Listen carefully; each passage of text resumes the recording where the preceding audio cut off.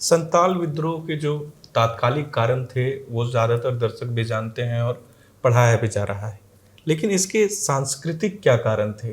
क्या कोई सांस्कृतिक कारण भी थे इसके? देखिए, संतालों के बारे में थोड़ा सा ऐसे आप समझ लीजिए कि संताल निरंतर पलायन करने वाला वर्ग रहा है।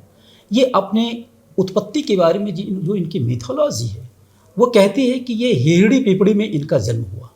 ये हेहड़ी पिपड़ी भौगोलिक रूप से कहाँ है ये ज्ञात नहीं है, यद्यपि कि यह समाज इसका गौरव बोध रखता है कि हेहड़ी पिपड़ी में उनका जन्म हुआ। डॉक्टर डोमन साहू समीर और दूसरे भाषा शास्त्री और मानव शास्त्री ये मानते हैं कि ये सिसली हो सकता है, लेकिन ये एक अनुमान है। फिर खोज कमान ये आते हैं, फिर चाय चंपागढ़ आते हैं, निरंतर इनका पलायन चलता है। संताल परगना में आने से पहले ये पश्चिम बंगाल में है और पश्चिम बंगाल से इनका संताल परगना में प्रवेश होता है। संताल परगना के बाद जो इनका पलायन है वो पलायन आप आसाम और दूसरी जगहों पर देखते हैं। ये हूल के दौरान भी हुआ, हूल के बाद भी हुआ और अभी के क्रम में भी ये थोड़े बहुत होते हैं। लेकिन संताल परगना में आने के बाद आगे पहाड़ है और गंगा है, फिर आगे इनका विस्तार पलायन का नहीं होता है। अब भौगोलिक दृष्टि से देखेंगे संतालों को जो यहाँ लाया गया उसकी वजह क्या थी। उसकी मूल वजह जो थी वह 1765 ईस्वी में जो ईस्ट इंडिया कंपनी को बंगाल, बिहार और उड़ीसा इसकी जो दीवानी मिली, इस दीवानी के बाद जो लगान वसूलने की कोशिश थी, इसी कोशिश का नतीजा था। और आप देखेंगे कि उसके बाद से ही ये छोटा नागपुर और संताल परगना के इलाके, संताल परगना बाद में आते हैं आपके, छोटा नागपुर के इलाके में जो आदिवासी विद्रोह होते हैं इसकी वजह यही होती है क्योंकि जंगल उनका है, ज़मीन उन्होंने बनाई, तो उनकी समझ से यह परे है कि लगान हम क्यों दें। लगान वसूलने की कोशिश ये संताल परगना में भी हुई। हम आपको यहाँ स्पष्ट कर दें कि संताल परगना शब्द बहुत प्राचीन नहीं है। 1855 के संताल विद्रोह शुरू होने के बाद 22 दिसंबर 1855 को संताल परगना जिले का गठन हुआ। तब से ये जिला, इससे पहले इसका नाम जंगल तराई है।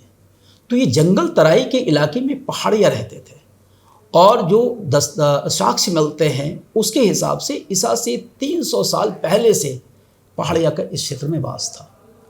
जब दीवानी वसूलने की बारी आई तो कोशिश ये हुई कि पहाड़िया को नियमित ज़मीन पर खेती करने के लिए प्रेरित करके और उनसे लगान की वसूली हो, क्योंकि बड़ा क्षेत्र था। यहाँ अंग्रेज असफल रहे। यहाँ कई एक प्रयोग हुए जिनकी चर्चा हम लोग अन्यत्र करेंगे। जब ये संभव नहीं हुआ तो एक प्रयोग इन लोगों ने और भी किया था कंपनी वालों ने, कि जो कंपनी के रिटायर्ड सैनिक थे उनको इस क्षेत्र में लाकर बसाना शुरू किया। इसका दो उद्देश्य था, एक ये कि अगर पहाड़िया जो विद्रोह कर रहे थे तो पहाड़िया विद्रोह को दबाने में इनकी मदद मिल सकती है। दूसरी कि इनके साथ रहने के बाद इनकी खेती से दूसरे लोग भी खेती की ओर प्रेरित होंगे, मगर यह प्रयोग असफल रहा। तब आप देखेंगे कि 1790 से 1810 ये जो 20 साल का कालखंड है ये महत्वपूर्ण कालखंड है, जबकि संताल पश्चिम बंगाल के रास्ते इस जंगल तराई के इलाके में आते हैं और यहाँ आने के बाद उनको ज़मीन की बंदोबस्ती दी जाती है।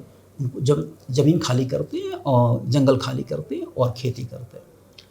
इस क्रम में और ये कई एक फेज़ में आते हैं ये, और आने के क्रम में जब यहाँ आते हैं तो फिर इनके ऊपर इम्पोज किया जाता है टैक्स। पहले परंपरा टैक्स की ये थी, इससे पुरानी जो टैक्स की व्यवस्था थी उसमें थी कि फसल के आधार पर टैक्स होता था। अब कंपनी ने आरंभ किया कि आपको ज़मीन के आधार पर आपको लगान देना होगा। तो ज़मीन के आधार पर लगान देने का जो ये प्रश्न था, यहाँ से इनकी लड़ाई आरंभ होती है। दूसरी चीज़ यह होती है कि इनकी स्त्रियों के साथ बड़ा पवित्रता का भाव है। अंग्रेज ऑफिसर, उनके कारिंदे, उनके भाजन संताल स्त्रियों के साथ दुर्व्यवहार की। तीसरा कारण यह था कि ईसाई मिस्त्रियों का भी प्रवेश हुआ था और इसलिए आप देखेंगे कि चाहे वह सीधो कानून का संघर्ष हो या उससे पहले का संघर्ष हो या फिर आप उसके बाद सफाहोड़ संप्रदाय का देख ले या फिर आप बिरसा मुंडा को देख ले, एक ईश्वरीय अवधारणा लेकर ये आगे बढ़ते हैं। तो इन लोगों ने एक सांस्कृतिक पुनर्जागरण के तौर पर पहला प्रयास इनका यह था, जो कि बाद में चल करके एक बड़े होल का रूप लेता है। प्रभातखबर.com, विश्वास वही, रफ्तार नहीं।